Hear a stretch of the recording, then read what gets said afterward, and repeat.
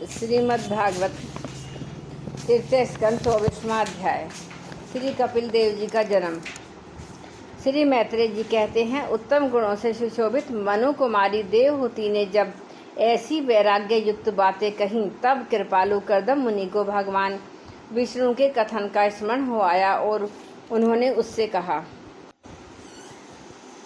कर्दम जी बोले, दोष रहित राजकुमारी, तुम अपने विषय में इस प्रकार खेद न करो।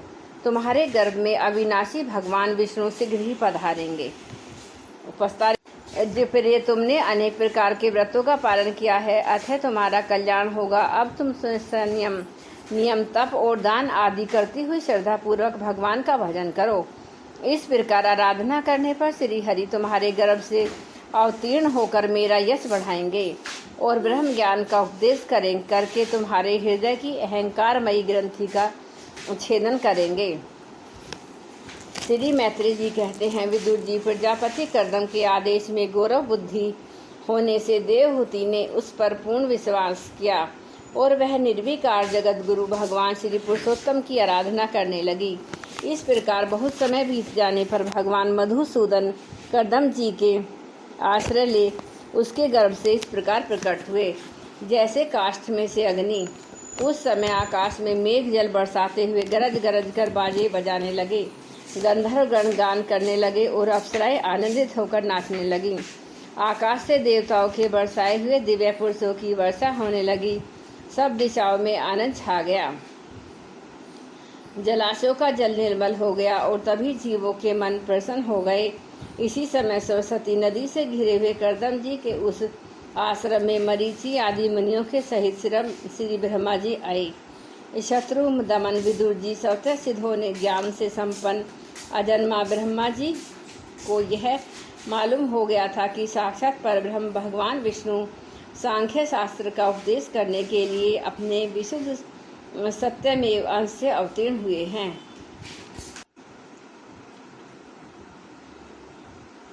आकाश से देवताओं के बरसाए हुए दिव्य पुष्पों की वर्षा होने लगी। सब दिशाओं में आनंद छा गया।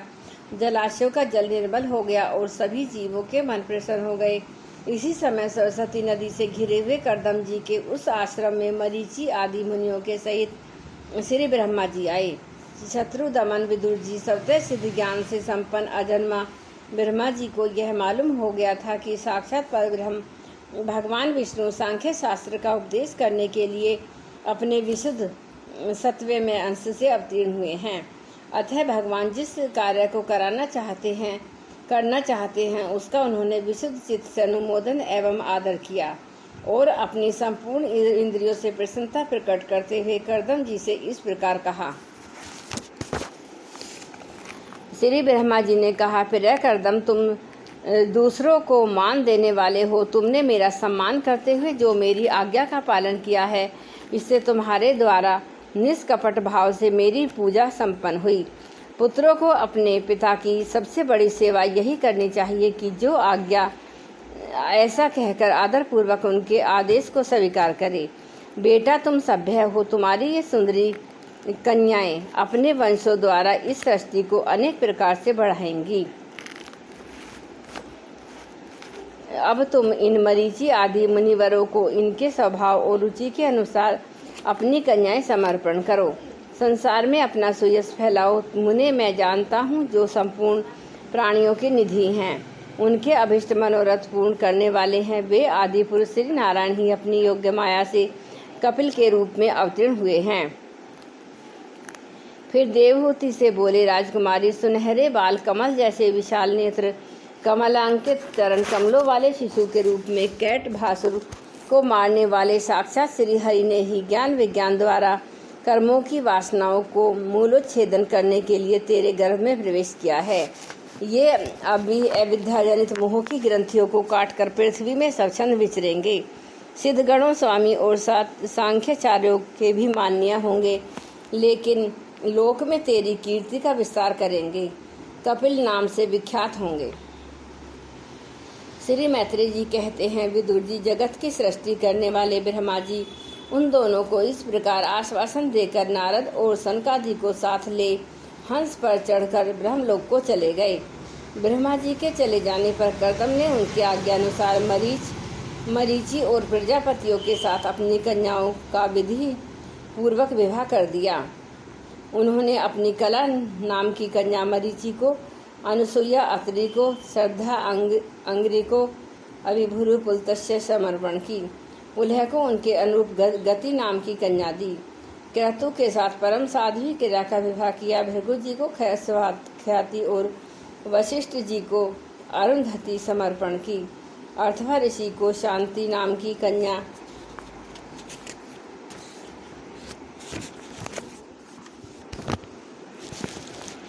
दी, जिससे यज्ञ क्रम का विस्तार किया जाता है। कर्दम जी ने उन विवाहित ऋषियों का उनकी पत्नियों के सहित खूब सत्कार किया। विदुर जी इस प्रकार विवाह हो जाने पर वे सब ऋषि कर्दम जी आज्ञा ले अति आनंद पूर्वक अपने अपने आश्रमों को चले गए।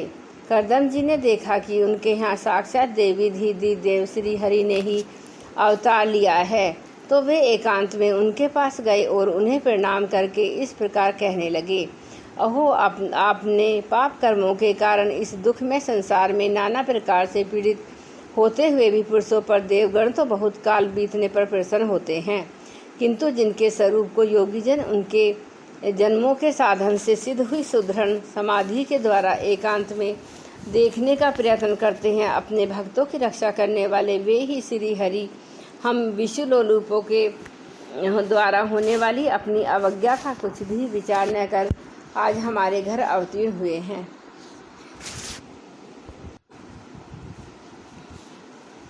भगवान आप प्राकृत रूप से रहित हैं। आपके जो चतुर्भुज आदि अलौकिक रूप हैं वे ही आपके योग्य हैं, और जो मनुष्य सदस्य रूप आपके भक्तों को प्रिय लगते हैं वे भी आपको रुचिकर प्रतीत होते हैं। आपका पाद्यपीठ तत्व ज्ञान की इच्छा से विद्वानों द्वारा सर्वदा वंदनीय है, तथा आप ऐश्वर्य, वैराग्य, यश, ज्ञान और वीर्य और श्री इन 6 ऐश्वर्यों से पूर्ण हैं। मैं आपकी शरण में हूँ। भगवान आप पर ब्रह्म हैं, सारी शक्तियाँ आपके अधीन हैं। प्रकृति, पुरुष, महत्व, काल, विविध, अहंकार, समस्त लोक एवं लोकपालों के रूप में आप ही प्रकट हैं, तथा आप सर्वज्ञ परमात्मा ही इस सारे प्रपंच को चेतन शक्ति के द्वारा अपने में लीन कर लेते हैं। अतः इन सब से परे भी आप ही हैं। मैं आप भगवान कपिल की शरण लेता हूँ।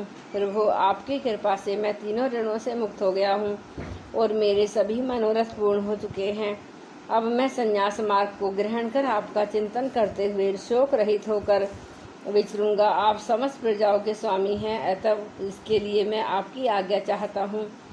श्री भगवान ने कहा, मुने, वैदिक और लौकिक सभी कर्मों में संसार के लिए मेरा कथन ही प्रमाण है।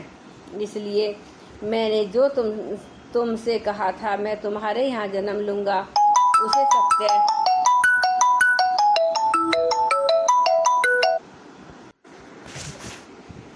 श्री मैत्रेय जी कहते हैं, भगवान कपिल के इस प्रकार कहने पर प्रजापति कर्दम उनकी परिक्रमा कर प्रसन्नता पूर्वक वन को चले गए।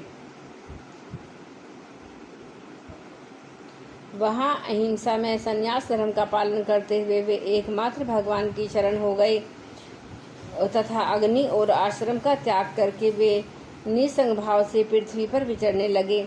जो कार्य कारण से अतीत है, सत्वादी गुणों का प्रकाशक एवं निर्गुण है और अन्य भक्ति से प्रत्यक्ष होता है, उस पर ब्रह्म में उन्होंने अपना मन लगा लिया। वे अहंकार, ममता और सुख आदि द्वंद्वों से छूटकर समदर्शी हो गए। सब में अपने आत्मा को ही देखने लगे। उनकी बुद्धि अंतर्मुख एवं शांत हो गई। उस समय धीर कर्दम जी शांत लहरों वाले समुद्र के समान जान पड़ने लगे। परम भक्ति भाव के द्वारा सर्वांतमयी सर्वज्ञ वासुदेव में चित्त स्थिर हो जाने से वे सारे बंधनों से मुक्त हो गए।